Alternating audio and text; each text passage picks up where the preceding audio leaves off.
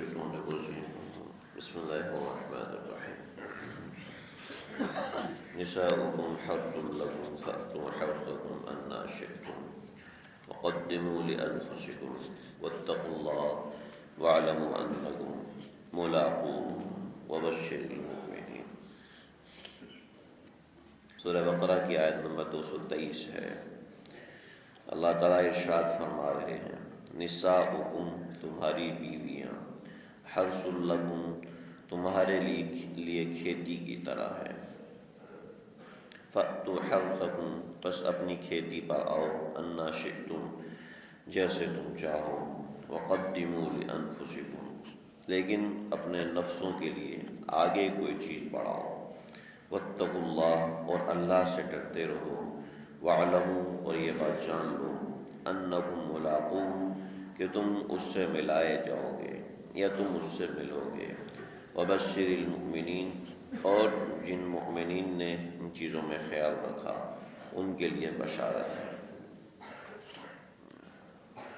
خاندانی زندگی کے حوالے سے قرآن مجید کے اندر بہت سے مقامات پر ذکر ہے، خاص طور پر ازواج کا کہ بیویوں کا خاندانی زندگی میں کیا تعلق ہے۔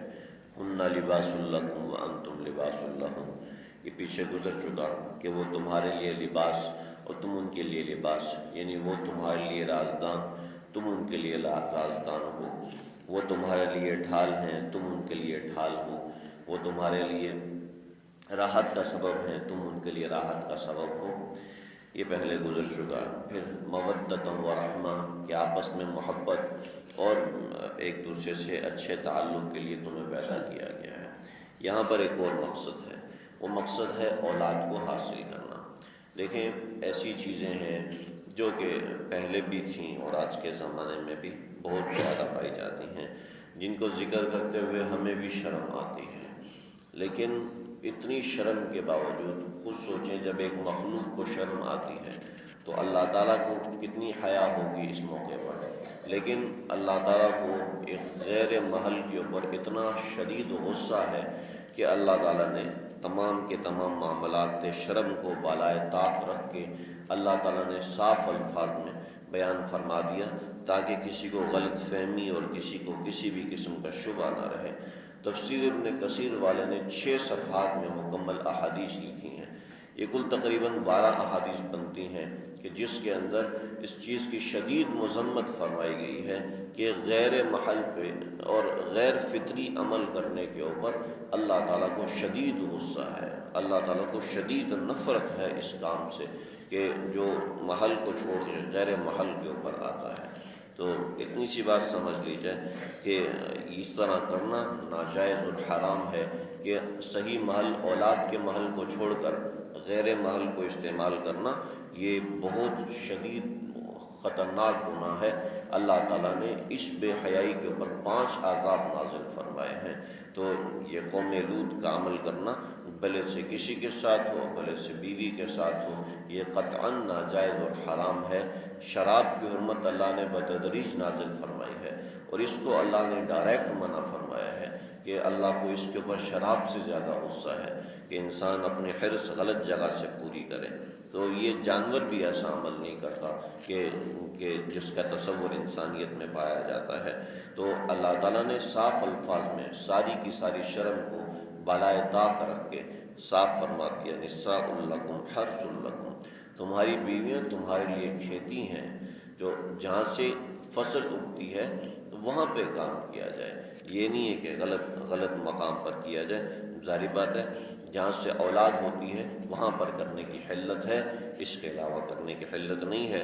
فأتوا حرثکم انا شئتم، اہل تشریح حضرات صرف تقریباً 1400 برس سے زیادہ عرصہ گزر چکا ہے، تمام امت کا اجماع ہے اور اس سے پہلے تمام عالم کا اجماع ہے کہ صرف اس جگہ پر خواہش پوری کرنا جائز ہے، اس کے علاوہ کسی جگہ پر خواہش پوری کرنا جائز نہیں ہے۔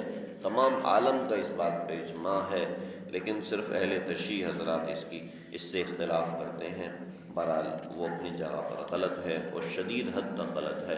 آپ صلی اللہ علیہ وسلم کے سامنے کسی نے صرف ایام حیض کے اندر تعلق کی اجازت مانگی تو آپ کا چہرہ سرخ ہو گیا، آپ آپ نے سختی اور پھر سختی سے منع فرمایا، ناراضگی کا اظہار فرمایا، کوئی بات نہیں کی۔ تو پھر وہ صحابی آئے، آپ سے معافی مانگی، آپ کے سامنے دودھ پیش کیا، تو پھر آپ صلی اللہ علیہ وسلم نے یہ آیت پڑھی کہ اوپر جو میں نے عرض کیا تھا، کل اس کے بارے میں عرض کروں گا، فَأْتُوهُنَّ مِنْ حَيْثُ أَمَرَكُمُ اللَّهُ، تو وہ آیت پڑھی، اور پھر ان دونوں حصوں میں یہی مضمون ہے، لہٰذا سمجھ لیا جائے۔ نساء لکم حرث لکم، عورتیں کھیتیاں ہیں، فَأْتُوا حَرْثَكُمْ أَنَّا شِئْتُمْ، اپنی کھیتی پر آؤ، اس میں جیسے چاہے آؤ، جس طریقے سے آؤ، اس میں تمہیں اس کی اجازت ہے کہ جس کیفیت سے آنا چاہو آ سکتے ہو، اس کی اجازت ہے، لیکن غیر محل کے اندر آنے کی اجازت نہیں ہے۔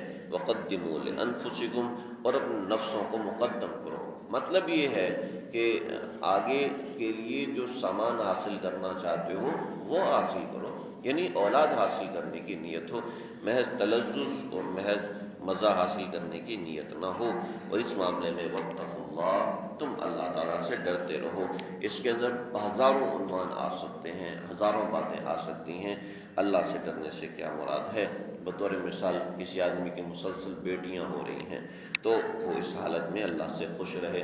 کسی کو اللہ تعالیٰ نہ بیٹا دے رہے ہیں نہ بیٹی دے رہے ہیں، وہ اس حالت میں اللہ سے خوش رہے۔ واتقوا اللہ، یعنی کہ تقوی اختیار کرو، اللہ سے ڈرتے رہو اس کام کے اندر بھی، کیونکہ اس کام کے اندر بھی بھیگنے کا اندیشہ ہے۔ اگر کسی نے پہلے گناہ کیا ہے، غلط محل میں کام کیا ہے، تو پھر اس کو بہکنے کا اندیشہ زیادہ ہوتا ہے، تو شیطان اس وقت انسان کو زیادہ بہکانے کی کوشش کرتا ہے۔ تو اس وقت اللہ کا ڈر ہی ایسی چیز ہے کہ جو آدمی کو اس کام سے نجات دے سکتا ہے، ورنہ اس وقت کسی اور چیز کا تو ڈر نہیں ہوتا۔ تو اللہ سے ڈرو، اللہ سے ڈرو، اللہ سے ڈرو۔ آپ صلی اللہ علیہ وسلم نے دعائیں بھی سکھائی ہیں کہ بھئی ایسے موقع پر اللہ کا ڈر ہو تو جو آدمی اس چیز کا عادی ہوتا ہے، ظاہر بات ہے نہ مرد کو لذت حاصل ہوتی ہے نہ عورت کو لذت حاصل ہوتی ہے، یہ تو ایک بیماری ہے۔ تو یہ ہے کہ اس کا علاج اللہ سے ڈر ہے، کہ آدمی اللہ سے ڈرے کہ کتنا اللہ کو شدید غصہ ہے اس عمل کے اوپر، کتنی اللہ کو شدید نفرت ہے اس عمل کے۔ اس عمل کو اللہ تعالیٰ نے گندگی کہا، اور اوپر اللہ نے فرما دیا کہ وَيُحِبُّ الْمُتَطَهِّرِينَ، اللہ تعالیٰ پاک رہنے والوں سے محبت فرماتے ہیں، گندگی کے مقام پہ جانے والوں سے اللہ محبت نہیں فرماتے۔ تو واتقوا اللہ، اللہ سے ڈرو، وَاعْلَمُوا أَنَّكُمْ مُلَاقُوهُ، اور یہ بات جان لو کہ تم نے کل اس کے سامنے جانا ہے، کل تم نے اس سے ملاقات کرنی ہے۔